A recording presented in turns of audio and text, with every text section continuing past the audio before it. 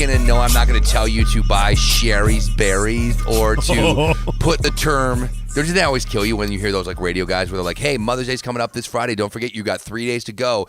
Don't forget Sherry's Berries is the best place to go. Don't forget to put Cagno in the referral source code so that I can get credit for it. You know what I can't stand? What? I love on 97.1. Sherry's Berries. I love 97.1 Doug and Gator. But I hate listening to Doug's voice when he says Sherry's Berries. Wait, is he from the East Coast? Because I feel like everyone from the East Coast goes Sherry's Berries. I don't know, but he has something with his mouth, and when he says Sherry's Berries. What does he sound like? Imitate it. I can't. I can't do it. Jim Rome does Sherry's Berries. I know that I've heard Sherry's Berries on Stern does it. But every time they say, hey, this Valentine's, or this it's always something different. But, hey, this Mother's Day, don't forget, it's all about Sherry's Berries. They come in a gift box. It's like, dude, there's chocolate-covered strawberries. Like, how great could that be? Right. I'm guessing Sherry isn't sitting there picking out each strawberry from Hollywood Market and, like, melting down the Cadbury or the Lindt chocolate. Between that and there's this new spot that I hear on Stern all the time. What it'll be something about, I think it's called Blunts or something, or Blooms. I'm trying to think what it is. Blunts, it's made by Cigarillo. No. What is it? It's made by Swisher. Swisher Sweets. Either way, I'll think of it in a second. Either way, Mother's Day is coming up this Sunday. How big do you go now that you are officially a grown adult for your mother? And she listened to this podcast, so don't give away what you're buying her. No. For my mom, our family has always been, for any holiday. Here we go. No. I'm just saying, I'll give you the quick version. For any holiday or birthday, our family's not about, because we didn't have like a ton of money growing up. Right. So our family's never been about gifts. It's about family and food. Okay. And so, like, your mom's a great cook. Like, my mom will get like a gift, and in years past, Molly's brother did like farmers markets, and he sells flowers and what do you fruit. Mean he did farmers markets? What's that? He's a seller. Oh, so, he sells at farmers. Yeah. I was like, what? Yeah. He's like, guess what? My farmers market's gonna be set up in my backyard today. No, like he Screw goes. Royal Oak Farmers Market. I got the best farmers market in my backyard. I'm like, he does farmers market. No, he goes to farmers markets and he would sell. Well, he's not doing it this year. So in years past, he had the greatest tomato plants on the planet. Oh, so he comes. So through. I would get my mom these huge like tomato plants, and then she would reap the benefits all summer and fall with, and every time she eats one, she thinks of me. Yeah, exactly. I mean, thinks of you. Exactly. It is funny, though. No, she thinks of you. She's like, Joe, that tomato plant you got me? Every time I bite into that beefsteak tomato, I just think of Cal Cagno. And you're like, that makes no sense. I think of Cal Cagno is scratched up back when he sweats. My thing that I think is so funny is that how your mother and my mother have done a lot for our lives. Like, they never let us know we were poor. Like, I was poor when I was a kid, and so were you. Like, I used to think that my dad worked 2 jobs because he liked working. Like, I remember being like, oh, my dad works during the week at, like, a factory, and then on the weekends as a mover. He must really like working. But, like, instead, he was trying to put food on the table. Like, and looking back, he did a lot, and my mom never let us know that we didn't have a lot of money or whatever. And, like, when kids had starter jackets, I had the JCPenney version. But it was fine and whatever. But I think it's funny that now as a grown-ass man, when Mother's Day comes up, I'm like, here's an Easter lily. Right. From Papa Joe's. Right, exactly. When the least I could do after all you've done for me is give you a plant. The absolute least. If you wrote a list of 5,000 things that you wanted on Mother's Day, and instead, the 5,000th thing was a lily. That's what I got you. I got you a gift certificate to Papa Joe's. For $25. Which is a stuffed pepper. Yeah, and I feel bad saying it, but that is true.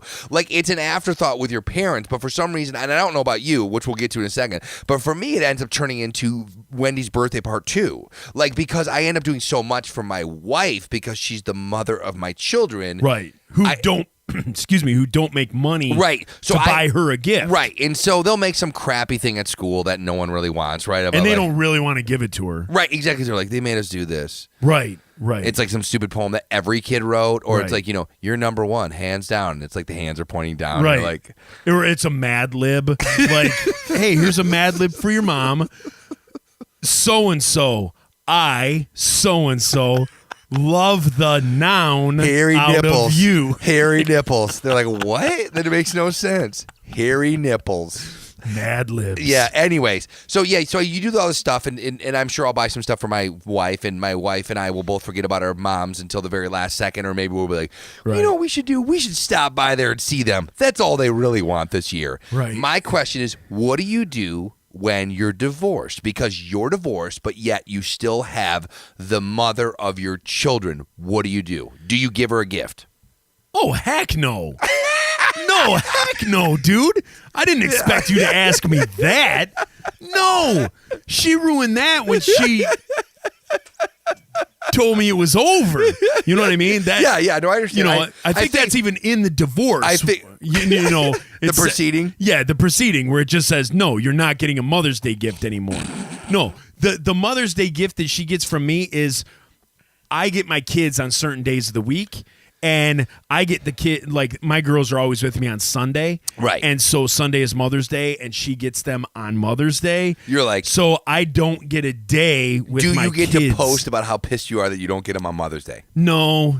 And even though Father's Day falls on Sunday and that's my day with my girls, I just.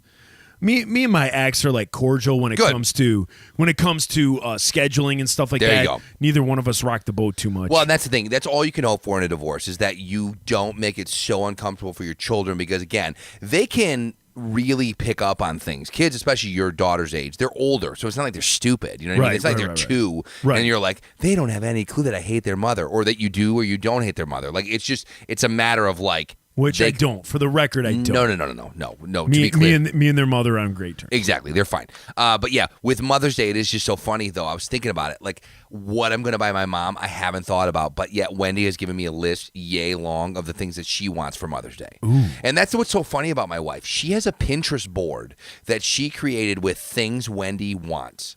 And so, like, when she gave you that list, did you look at it and go, "How much money do you think our son makes a week?" No, she knows I'm buying it. Are you kidding me? She knows. She knows how much I'm making from this podcast. She knows how much money. At any point, did you go, dude? I've been unemployed for almost a year. Like I'm just now getting my feet under me. Doesn't matter. Take the money out of. She's savings. like, I want a space blanket. Have you seen those? What's that? Those space blankets that they weigh.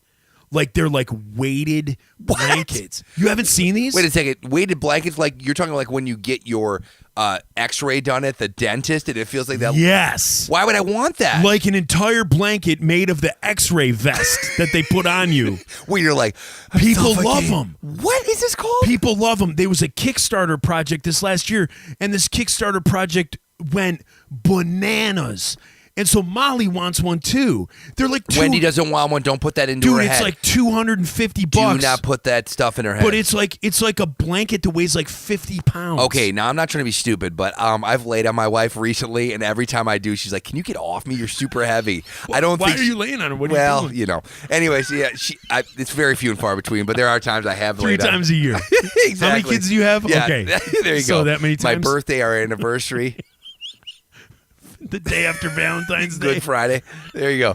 But yeah, and so she doesn't want extra weight on her that I know of. Why would anybody want this? People dig it. What's it called? The space blanket? It's called a space blanket. And it's like I don't know what space has to do with the heaviness of the blanket. I'd call it a heavy blanket. I wasn't the guy on Shark Tank that sold the deal to exactly. Mr. To Cuban. To Mark Cuban. Yeah, Mark Cuban. I couldn't think of his name. But yeah, so it's called Space Blanket. It's real heavy, and they're like $250. And Molly keeps telling me, she's like, I want one, and I'm like, dude, they're like $250. She's like, yeah, you don't understand. I want one. She goes, well, you don't have to get it from that company. There's off brands. Oh, you're gonna get the one and from I'm like, China. yeah, I should have told my Chinese exchange student. Yeah. Oh, for the record, just want to be clear on something. Just Joe asked me between breaks. She's not technically an exchange student because my daughter was here too. So it's not like we exchanged students. My daughter did not go to China. She was just in town, so I don't know if she was just like a visiting student, but my daughter was still here the whole time. It wasn't like we sent her to China like, good luck. See ya. And then all you hear is the boat ooh, as it pulls out of a port.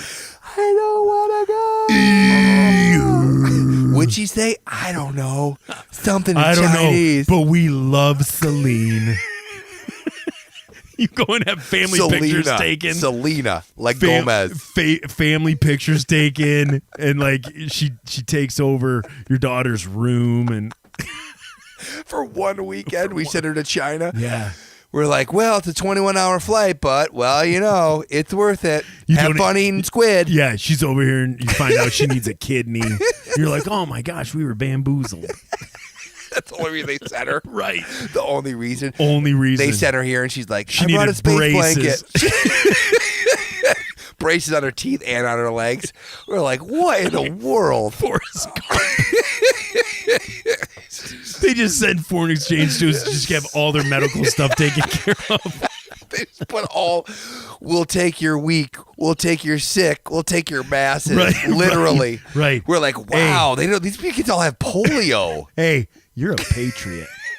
You're a patriot for doing that. Have you had all your shots? Oh. Why would they a send 10-year-old? Yeah, I know. And that's the this thing. is what's throwing me for a loop. I know. And that's the thing. As much as you're like, she didn't even talk once. Would you send your 10-year-old? No. How old is your daughter? 10. Would you send China by herself to go live with the Ping family? No, I would not.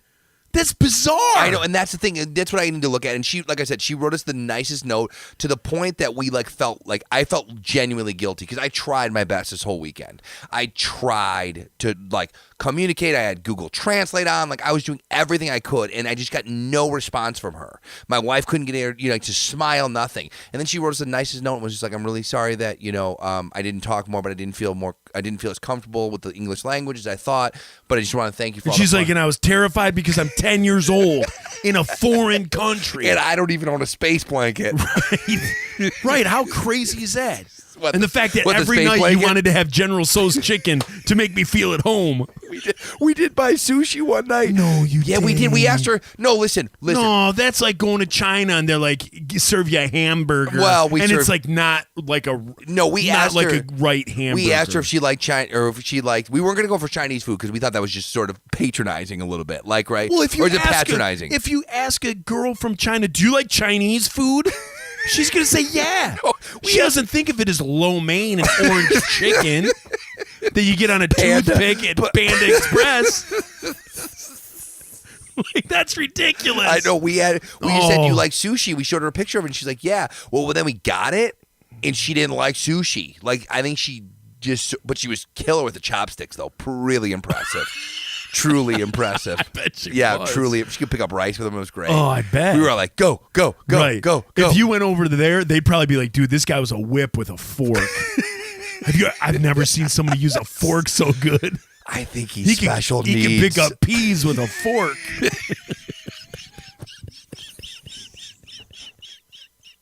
I saw him pick up a grape with a fork. You should see this guy. First of all, he's 6'3".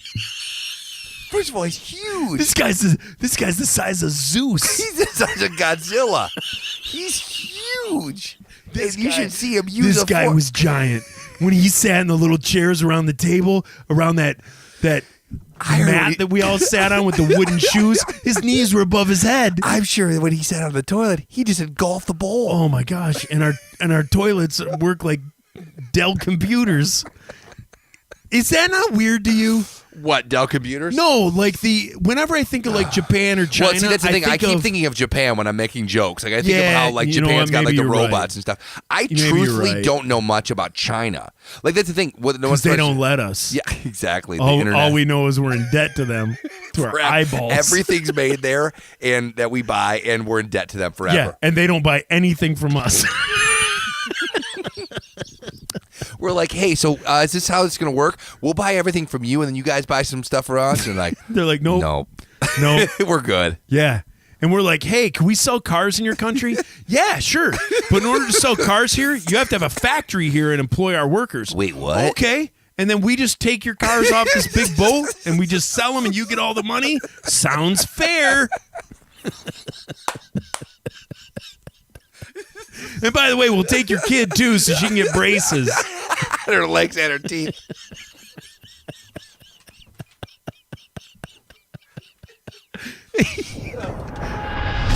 thank you very much for this, for giving me this. And I appreciate my friends also. My wife and my girlfriend. I mean my wife. Yeah, sorry to say. I'm so sorry, my wife. Listen, I love you so much.